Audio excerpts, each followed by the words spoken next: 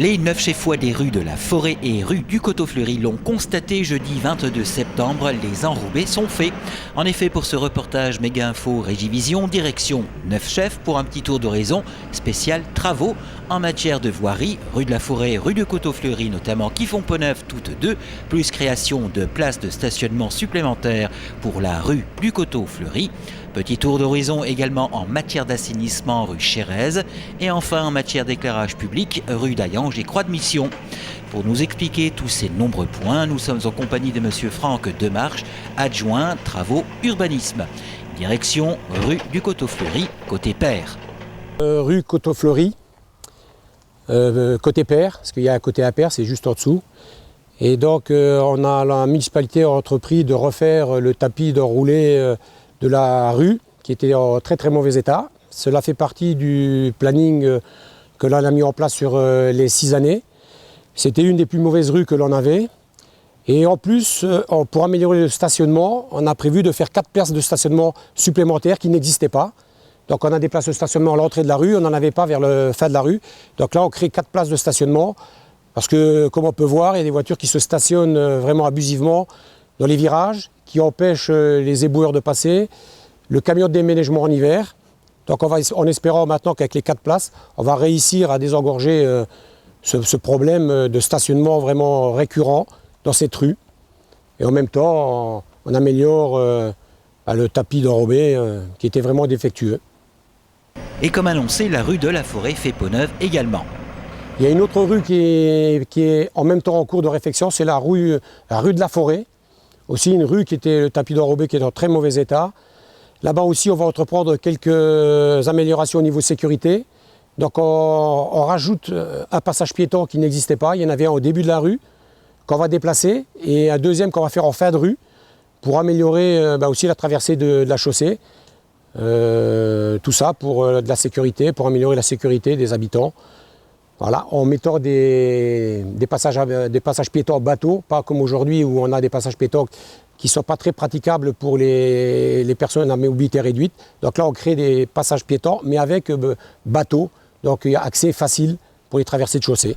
Quant à la rue Chérez, c'est le collecteur des eaux pluviales et eaux usées qui sera désengorgé puisque celui-ci était bouché par du béton.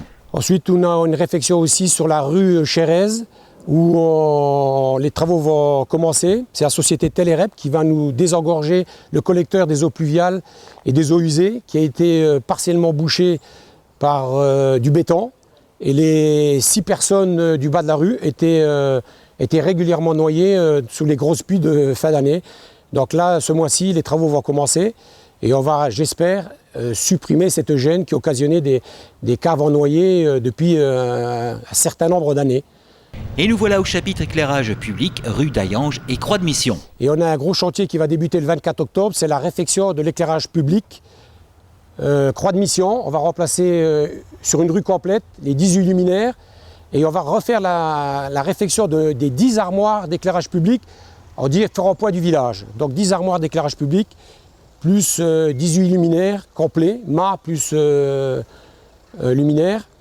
Le câble électrique de 450 mètres de long qui est aussi partiellement endommagé.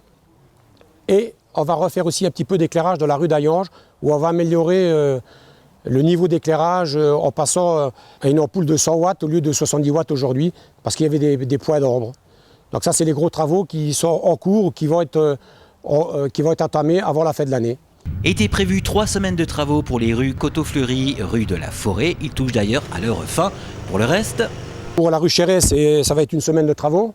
Rue Chérez, donc il y aura une semaine de travaux pour envoyer le robot dans le collecteur pour pouvoir alors désengorger la rue. Du béton qui avait été injecté par inadvertance dans le collecteur. Et donc là, je pense qu'il y a une semaine de travail. Et au niveau de l'éclairage public, c'est 15 jours, à partir du 24 octobre. Donc au bout de 24 octobre, 15 jours de travaux pour remplacer les luminaires, le câble. Voilà. Et voici le budget pour l'ensemble de ces travaux. Pour les voiries, donc on a un coût de 95 000 € TTC. Pour la rue Chérez, pour désengorger le P, c'est 15 300 €. Et pour l'éclairage public, on engage quand même une somme de 78 800 €. En matière de voirie, il reste encore du pain sur la planche pour la municipalité neufchéfoise, notamment la rue des Écoles, qui est un projet communautaire. La rue des Écoles sera un projet communautaire avec 5 autres rues. Donc la première rue, je pense qu'en 2017 sera faite, ça sera la rue des Écoles. Ensuite, dans la foulée, il y aura Jean de la Fontaine, rue de la Pompe, rue du Corroi et rue de Saint-Nicolas-aux-Forêts. Donc tout ça, c'est d'ici à 2020, avec l'aide de la CAVF. Mais nous, ça va nous donner quand même une belle aide, parce que ces rues, elles auraient dû être faites par la commune, donc là, elles sont prises par le Val de Fensch, ce qui va nous donner comme une bouffée d'air sur notre budget, et on pourra faire d'autres rues, voire d'autres éclairages publics, on pourra faire beaucoup de choses, parce que ça représente quand même 1,6 km de voirie.